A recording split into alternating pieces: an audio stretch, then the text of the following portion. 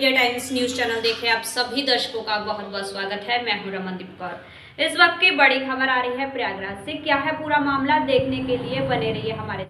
माघ मेला 2025-26 के आयोजन को लेकर किया गया गंगा पूजन। प्रयागराज मेला प्राधिकरण की ओर संगम नोच पर हुआ गंगा पूजन। माघ मेले के सकुशल और निर्विघ्न संपन्न होने की कामना की गई। कमिश्नर प्रयागराज सौम्या अग्रवाल ने किया गंगा पूजन। पुलिस कमिश्नर जोगिंदर कुमार और डीएम मनीष कुमार वर्मा भी रहे मौजूद। गंगा पूजन में मेयर उमेश चंद्र गणेश के सरवानी व साधु संत और तीर्थ पुरोहित भी मौजूद रहे। गंगा पूजन में मेलाधिकारी ऋषि राज, अपर मेला अधिकारी दयानंद प्रसाद व अन्य अधिकारी मौजूद रहे। गंगा पूजन के बाद दंडी बाड़ा के लिए जमीन का आवंटन कार्य भी शुरू हो गया। इस बार 3 जनवरी पौष पूर्णिमा के पहले स्नान पर्व से लेकर 15 फरवरी महाशिवरात्रि के पर्व तक चलेगा माघ मेला। 44 दिन तक चलने वाले माघ मेले में 12 से 15 करोड़ श्रद्धालुओं के आने का अनुमान है। इस तरह से ये परंपरा है और इसके बाद माघ मेले में आज से ही जमीन का आवंटन शुरू होगा। तो इस बार सरकार की क्या मंशा है और प्राधिकरण किस तरह से मेले का आयोजन करेगा?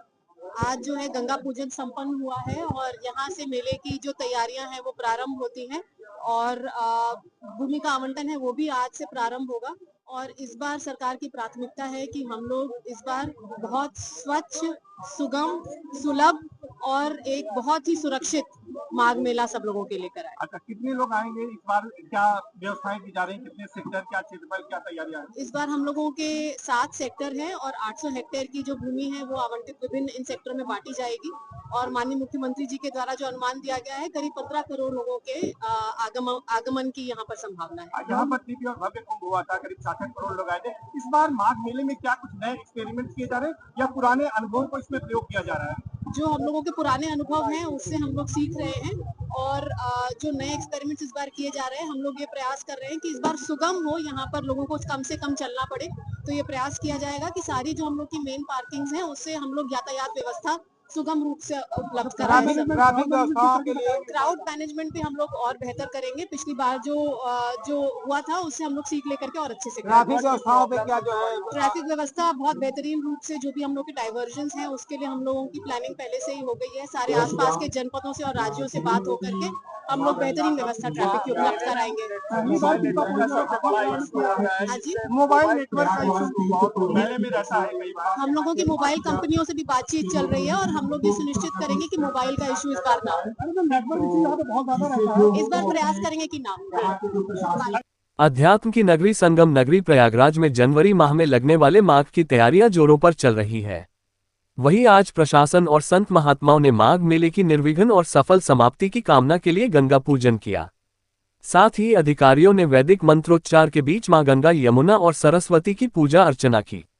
वहीं मेला शांतिपूर्ण और सकुशल ढंग से संपन्न हो, इसकी कामना की। बात की जाए तो ये परंपरा मेले के शुभारंभ से पहले की जाती है।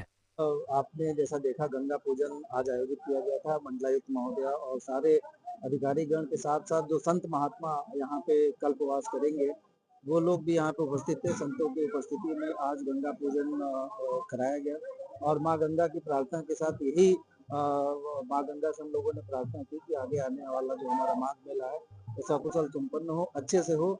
यहाँ पे आने वाले श्रद्धालुओं को किसी प्रकार की कोई कठिनाई न हो और बड़ी संख्या में लोग यहाँ पे आए और माघ मेले में प्रतिभाग करें। जी, इस बार की स्ट्रेंथ रहने वाली है वो कितनी रहने वाली है और उससे क्राउड मैनेजमेंट अभी अनुमान है हमारा लगभग 15 से 20 करोड़ के बीच का। और हम लोग क्राउड मैनेजमेंट को बेहतर तरीके से कैसे मैनेज कर सकते हैं, शहर के बाहर का भी ट्रैफिक, शहर के अंदर का ट्रैफिक और माघ मेले के अंदर हमारी क्या व्यवस्था रहेगी, इस पे खूब बैठकें हुई हैं, ब्रेनस्टॉर्मिंग हुई है। जितने भी हमारे विभाग हैं, चाहे रेलवे विभाग हो, परिवहन हो या अन्य दूसरे जिलों के भी जो अधिकारीगण हैं, उनके साथ भी बैठक करके हम लोगों ने सेक्टर और जोन बनाए हैं अपने। बाहर के जो आने वाले रास्ते हैं हर जगह पे पर्याप्त मात्रा में पार्किंग चिन्हित कर ली गई है, वहाँ पे काम भी चल रहा है। पार्किंग हमारी समय से तैयार हो जाएगी।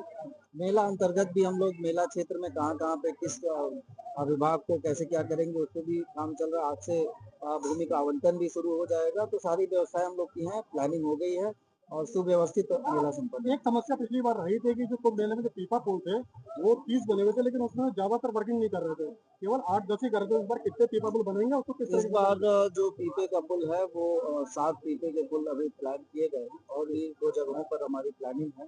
तो अभी पूरा महीना है दिसंबर का, तो होपफुली हमारा जो प्लान है उसके हिसाब से वो कंप्लीट हो जाएगा और सारे पीपे के पुल संचालित रहेंगे। विशेष धान के दिवस में जो भी उस समय की व्यवस्था बनेगी, तो वो इमरजेंसी कंटिजेंसी प्लान हम लोग का तैयार है, वो समय से सारे लोगों को सूचित भी कर दिया जाएगा। लेकिन जो भी संसाधन हमारा बना है उसका पूरा उपयोग होगा। वहीं महापौर गणेश केसरवानी का कहना था कि माघ मेले को महाकुंभ की तरह भव्य दिव्य बनाने के लिए हर संभव कोशिश किया जाएगा और लाखों श्रद्धालुओं की आस्था है, जिसके लिए प्रशासन अभी से तैयारी कर रहा है कि महामाघ मेले आने वाले श्रद्धालुओं को कोई परेशानी न हो। देखिए, भारत की प्राचीन परंपरा है, तीर्थराज प्रयागराज में हर माघ के महीने में माघ मेला लगता है। ये सदियों पुरानी, युगों पुरानी परंपरा है। उसी परंपरा के निर्वहन के लिए यह माघ मेला, जहाँ देव धनुष किन्नर नर श्रेणी सादर मज्जई सकल त्रिवेणी, देवता धनुष किन्नर पूरे धरा पर जो रहने वाले प्राणी हैं, सब लोग यहाँ पर आकर के एक महीने का कल्पवास करते हैं। कल्पवास की अपनी एक महिमा है और मान्यता ये भी है कि देवता भी एक महीने आकर के यहाँ पर प्रवास करते हैं। माघ मकर रवि गति जब हुई, तीरथ पति आवई सब कोई।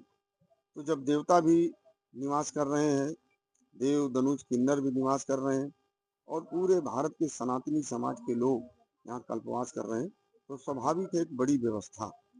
उस बड़ी व्यवस्था को बगैर माँ गंगा यमुना सरस्वती के आशीर्वाद से हम लोग सफल नहीं कर सकते और इसलिए आज माँ गंगा यमुना सरस्वती हम सब लोगों ने पूजन किया कि पुरोहित समाज के साथ, ताकि यह मेला महामाघ मेला सफलतापूर्वक संपन्न हो।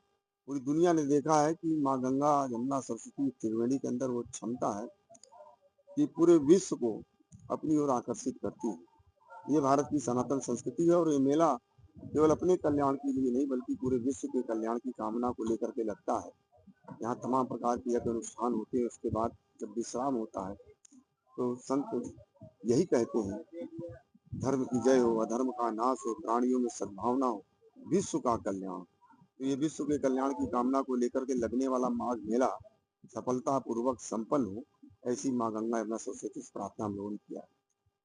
देश दुनिया की खबरों के लिए world media times news channel को सब्सक्राइब करें।